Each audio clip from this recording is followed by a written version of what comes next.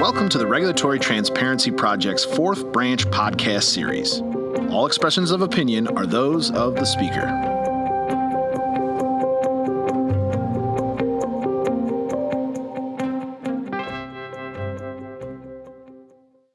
Hello and welcome to the Regulatory Transparency Project's fourth branch podcast. My name is Sarah Bankson and I'm the Associate Director of the Regulatory Transparency Project. Today we are pleased to have with us Kimberly Hermann and Tiffany Justice to share their insights on K-12 education in America. Kim Hermann serves as General Counsel for the Southeastern Legal Foundation.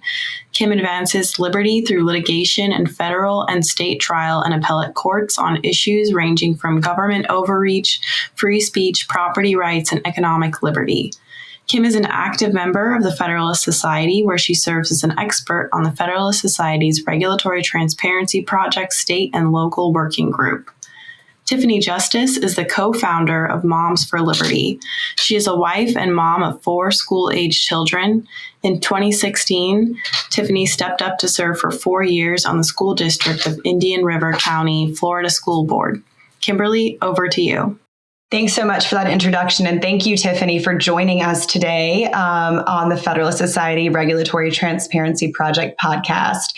You and I have been working together for a couple of years now on this fight, right? The fight to save America's schools. And I was hoping you could give our listeners just a little insight on how you as a mom got involved in what is now arguably the number one issue across America. Hey, Kim, thank you for having me on the program today. In 2016, I chose to run for school board because I had 4 kids in public school and I was unpacking a lot of backpacks. I got involved helping to advocate for my kids' school. It was in a state of disrepair. There were rats in the cafeteria, if that gives you any idea of the state of disrepair it was in. And so I went to the principal and said, how do we advocate for this school? And she said, well, we don't really like to make waves. We don't really, the district doesn't like it when we ask too many questions. And so I said, well, let's get some parents together and ask some questions. And we did. And so we did that. And then I thought, parents need to be more involved. Let me see if I can run for school board. And I did. And I won and I served for 4 years. The 4 years, 2016 to 2020, ended November 2020. So I got a very up close and personal look at what COVID looked like in our public schools. And any thought or idea I had about the erosion of parental rights and my concern about parents' involvement in their children's education was only amplified during that time.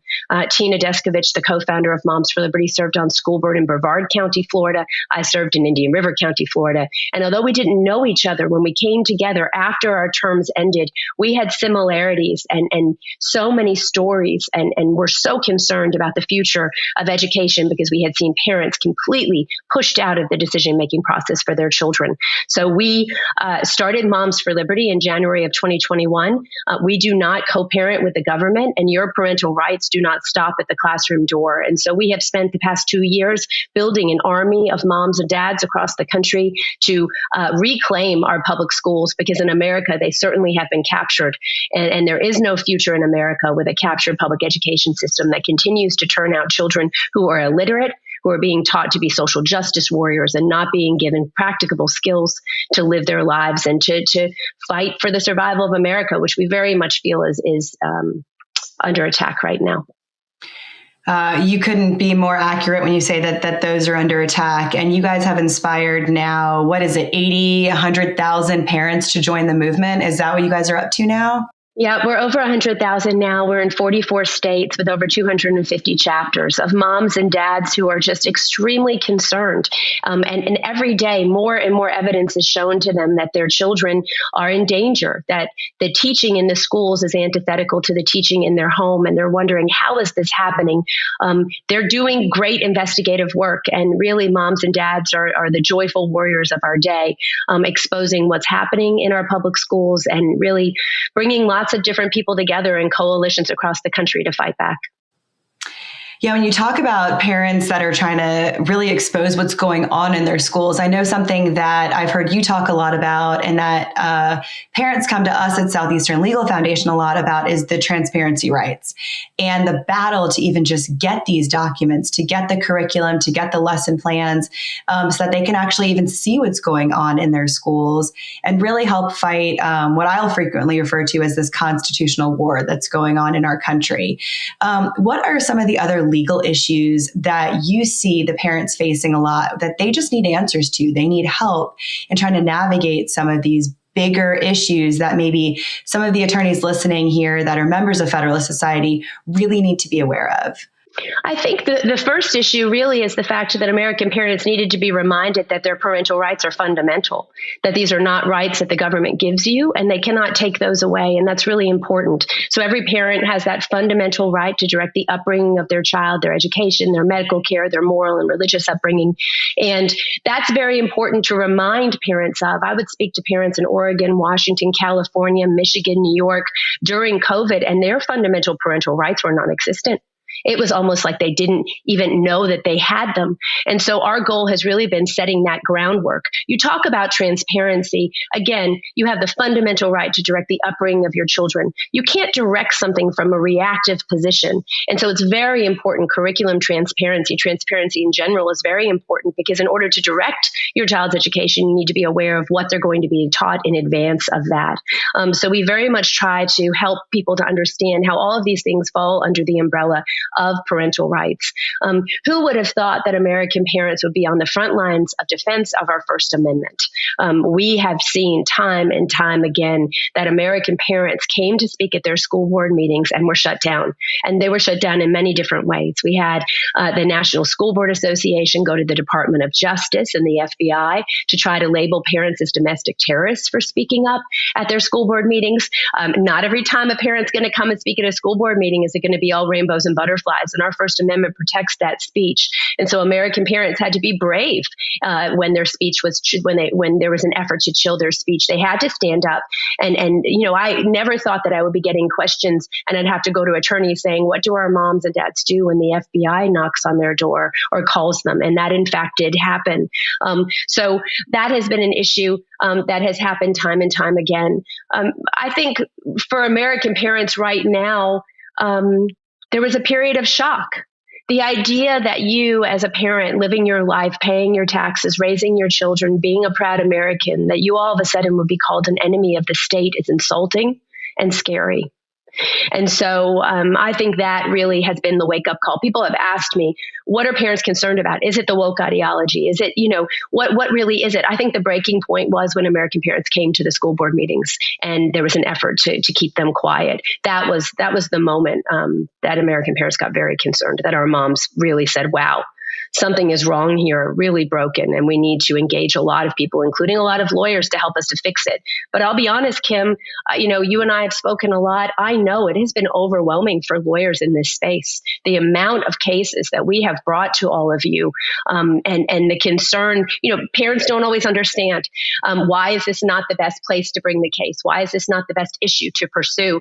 And I think you guys have done a wonderful job and continue to, but we're trying to help to say, yes, we know your rights are being violated. We know this is wrong. You need to stand up to this, but this may not be the best case to bring at the time. So I think that has been a real learning moment for parents across the country, that although something might be happening in their community that's of great concern, or their child may have been hurt in some way, we may not be able to pursue it legally. There may not be justice at the end of that specific road for them.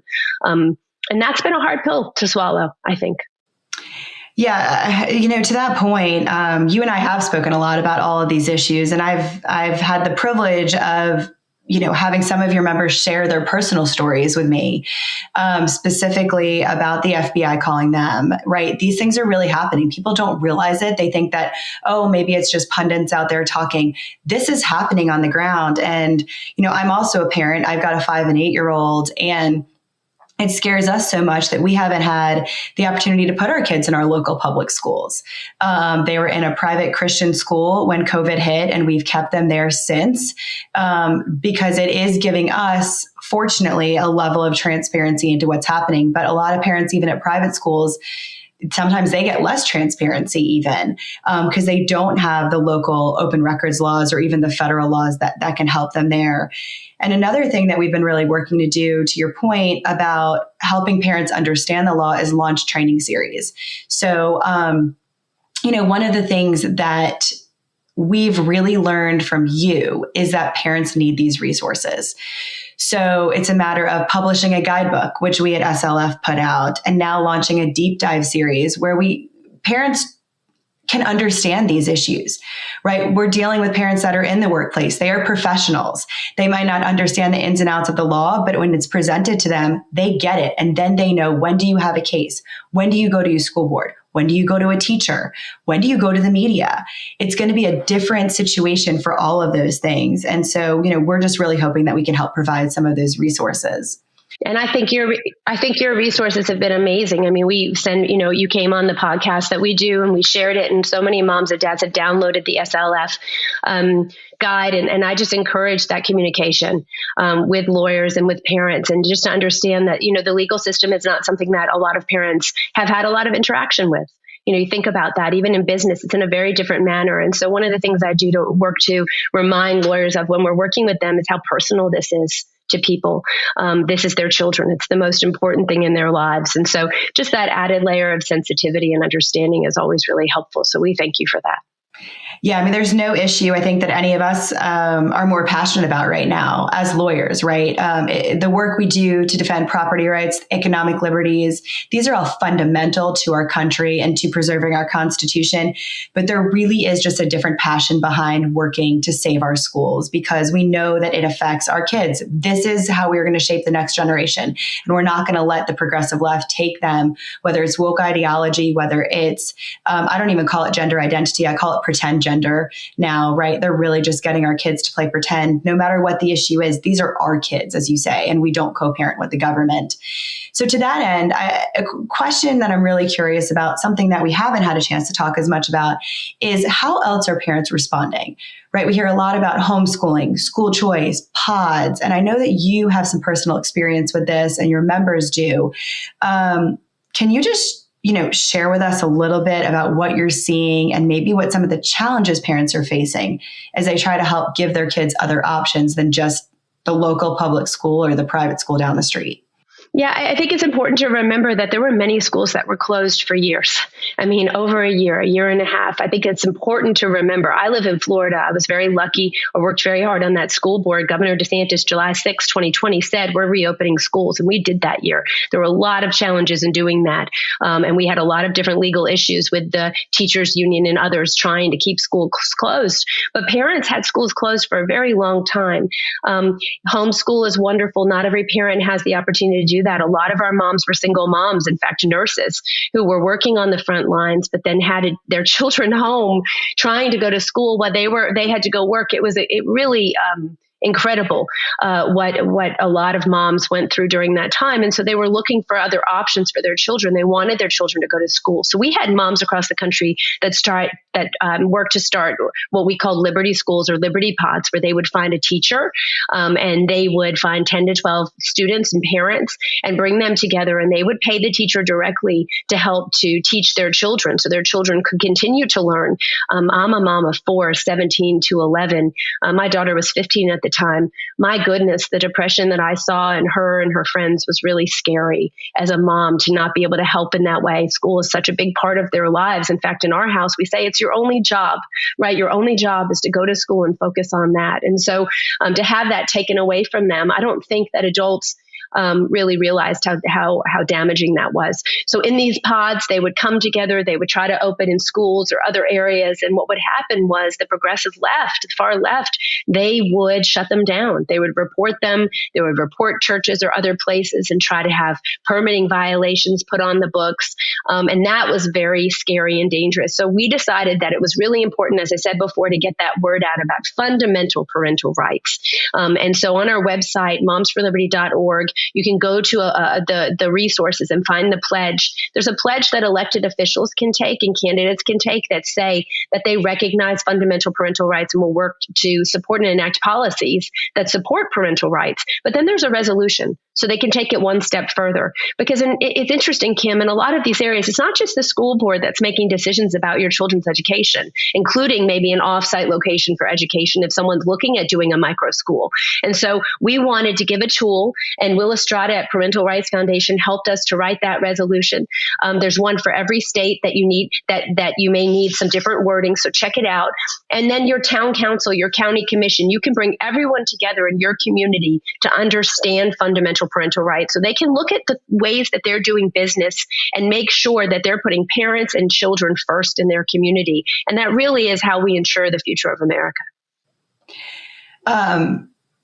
I'm really interested in hearing a little bit more about these Liberty Pods and what's going on with them now in kind of post-COVID. I know that some schools are still shut down, right? We saw what was happening up in DC, where you're having to take a COVID test to come back after Thanksgiving. And there's obviously always going to be the effort from the K through 12 cartels to keep our schools closed. And, which is a whole nother podcast and a whole nother discussion for us.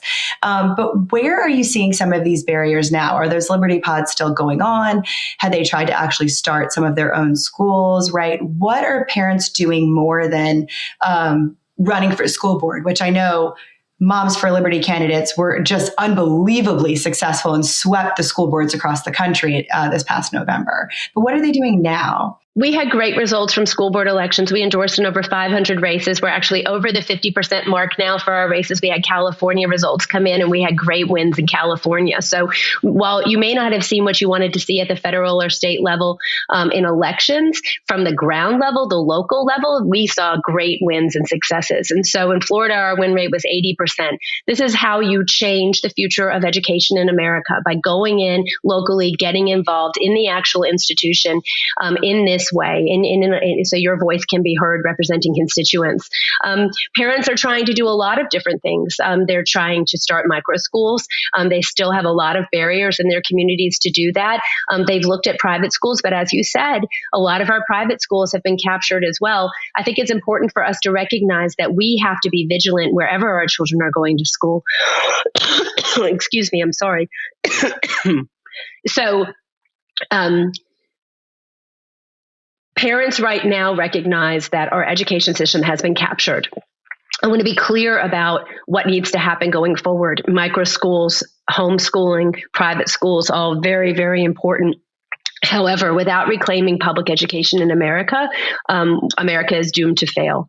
And I say that with a lot of honesty, because it's hard to hear. I know we've worked in the school choice space as conservatives for a very long time. But what we find ourselves right now in a position is that we're not supporting the marketplace in the way that our parents believe that they need to. Every day, I am hearing about different groups that are investing in charter schools and other types of education freedom, like BlackRock, for example.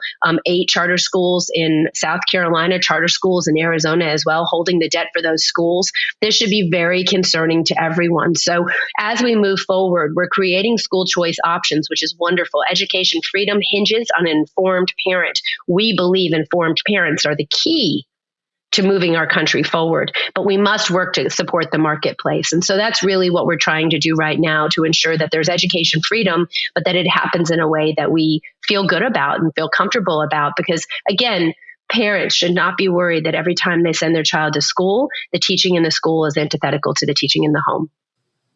Yeah. And even with parents that have great intentions, like you said, when you've got funders behind some of these schools that maybe don't have the best of intentions across the country, it's inevitably going to kind of seep into the curriculum, eventually into the hiring process. All you need, from what I've seen, is one key person in administration to change an entire school.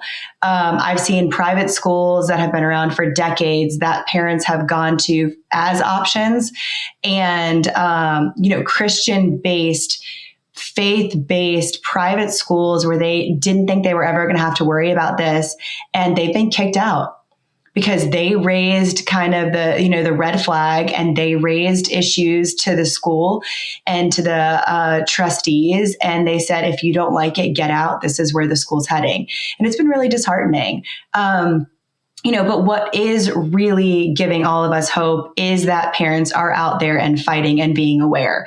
And if you need to leave, then leave. And there are other options. One last question for you. When we talk about public schools and that we can't just leave them aside, and I agree with you 110%. If we don't take back our public schools where the majority of our kids are getting their education, this country is going to be doomed. Where do we start there? And I don't mean by running for school board or, getting the documents. Where can we actually start making the change? Is it in the curriculum? Is it in extracurricular activities? Where is it that we can have the biggest impact? It's in getting back. It's in parents getting back into the schools. We need parents back in the schools every single day. And it's really sad because, PTA in some schools does great things, but national PTA, TikTok just put out a big campaign about supporting PTA. National PTA, like many other associations that we've seen across the country, is captured.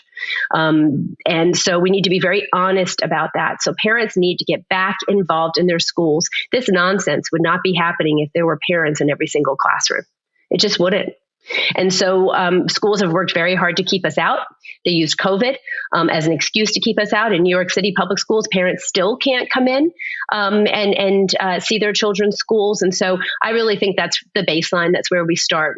Run for school board, support candidates that are running for school board so they can work to enact policies that help to increase parental engagement. Parents are the number one driver of student success. Not every child has a parent that is engaged and involved in their education. And I wish that every child did. But that doesn't mean that parents shouldn't be welcomed and involved in schools. And I know, Kim, and maybe from your experience, from my experience as a school board member and a mom, oftentimes when I went into the classroom to help to volunteer, I wasn't working with my own child. I may have been working with someone else's child on reading or math.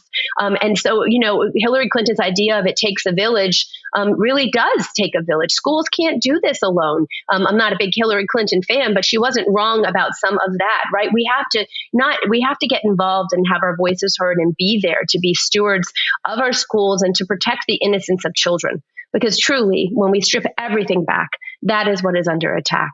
It's about time that we have a very serious conversation in America about age appropriateness. We all have held this collectively to be true. There are ratings on movies, on video games. We have all worked in a fashion in our lives that children are not adults and vice versa. And yet somehow in our schools, this line is being blurred intentionally. So again, the best thing that parents can do is volunteer and get back into schools, maybe substitute teach if you have the time, get in there and make it very, very hard for a lot of this nonsense to continue going on. I think it's only gotten to this point because we had been pushed out, and it's time to push our way back in. Yeah, and what you see when you're in that classroom, I mean, I'm president of my kids' school PTA, and it's a pre-K through 12th school. So there's a lot that falls under our umbrella, and the opportunities that it's afforded me have just been amazing, right? Being in the classroom, getting to know the teachers at all levels, whether it's a high school teacher that they may have in the future, a high school teacher that's teaching there, that taught me back when I was in high school, 25 years ago, and reconnecting with them who was teaching American history in an amazing way that we would all love to be taught this way throughout the entire country. But what you see when you're in the classroom, getting to know the kids, getting to know the teachers, it's invaluable. And I understand not all parents can do that, right? We all have jobs and we're all working also. But even if it's just a class party, and you get to see the posters that are on the wall. You see whether your kid has an American flag or a BLM or LGBTQIA flag in the room that they're asking to be pledged allegiance to. It matters. It does matter. And the other thing that I think what you just said that's so important is building relationships. It's building relationships with teachers. The one message that I will send to anyone listening is not all teachers are bought into this. they are scared. They cannot always speak out. There is a lot of pressure within the school system or within the school for teachers to not speak out against a lot of the things that are happening. And the more parents that can stand by the side of teachers, that can develop those relationships that are based on trust and what is best for kids, the faster we can turn this ship around. And so really getting in and creating those relationships and reminding everyone, we talk to a lot of people that have very important jobs, right? They do lots of different things, oftentimes outside of where they live, in Washington or across the country, at their state capital. But the truth is that not only do you have to do that work now, but people like you, people like me, you have to go back in and work even in your own community as well, because your communities need you to help to be leaders, to help to grow the capacity for leadership. And I just remind everyone, don't forget about your hometown, because your hometown needs you too. Yeah. And with your point about the teachers being allies also, and that they don't all want this, they really don't, right? We have several lawsuits here where we represent teachers. They were the ones to stand up and actually bring the lawsuits first before parents were able to, because they had been seeing it for years and it wasn't new to them. They just now, when they have groups like yours, Moms for Liberty, and they know that they have them behind them, they were then willing to and wanted to go stand up for the students. So, how do people find you? How do they become a member? And how can they learn more about Moms for Liberty?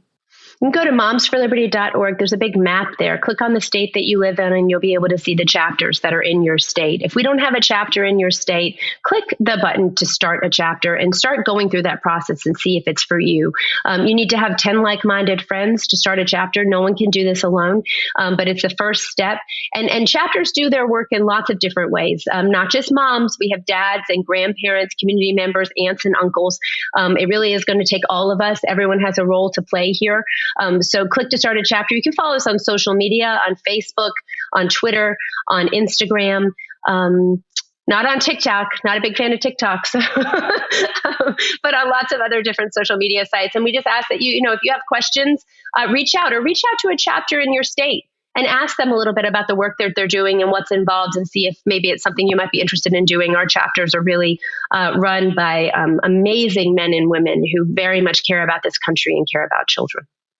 Yeah, I mean, the work you guys are doing is amazing. And I really can't stress to any parents out there, even non-parents and attorneys who are listening to this, who are interested in helping with the fight, check out the Moms for Liberty website. You can check out our website, Southeastern Legal Foundation. It's slfliberty.org. We have some resources there also. And we really try to work hand in hand with Moms for Liberty. They are the soldiers on the ground in this fight. And we appreciate you coming in today, Tiffany, to tell us a little bit more about your organization, the fight, and some of the legal issues that you all are facing that we can hopefully help with in the future. Thank you for giving me the opportunity to be able to celebrate the joyful warriors on the ground, because they truly are amazing men and women. Thanks, Tiffany. And thanks to our listeners. Thank you, Kim and Tiffany, for sharing your time and your insights with us today. You can find more of our content on our website at regproject.org, or follow us on any major social media platform at FedSocRTP to stay up to date.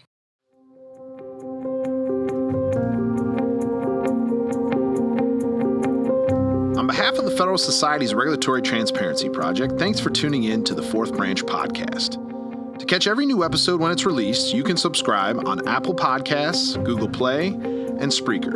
For the latest from RTP, please visit our website at regproject.org. That's regproject.org. This has been a FedSoc audio production.